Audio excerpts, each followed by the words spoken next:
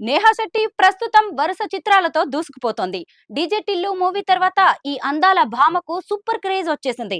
ఈ అమ్మడు ప్రస్తుతం వరుస సినిమాలతో దూసుకుపోతోంది. ప్రస్తుతం నేహా శెట్టి విశ్వక్ సేన్ సరసన గ్యాంగ్స్ ఆఫ్ గోదావరి సినిమాలో నటిస్తోంది. సిద్ధు జొన్నలగడ్డతో కలిసి డీజే టిల్లులో మంచి కెమిస్ట్రీ పండించింది. దీంతో యువత అంతా ఆమెకి ఫ్యాన్స్ గా మారిపోయారు. డీజే టిల్లు విజయం సాధించడంతో ఆ సక్సెస్ ని క్యాష్ చేసుకునే పనిలో ఉంది నేహా శెట్టి. చివరగా కిరణ్ అబ్బవరం సరసన రూల్స్ రంజన్ మూవీలో నటించింది. అలాగే కార్తికేయకు జోడీగా బెదుర్లంకలో నటించింది. ఇటీవల రిలీజ్ అయిన టిల్లు స్క్వేర్ లో నేహా శెట్టి కామియో రోల్ లో నటించింది.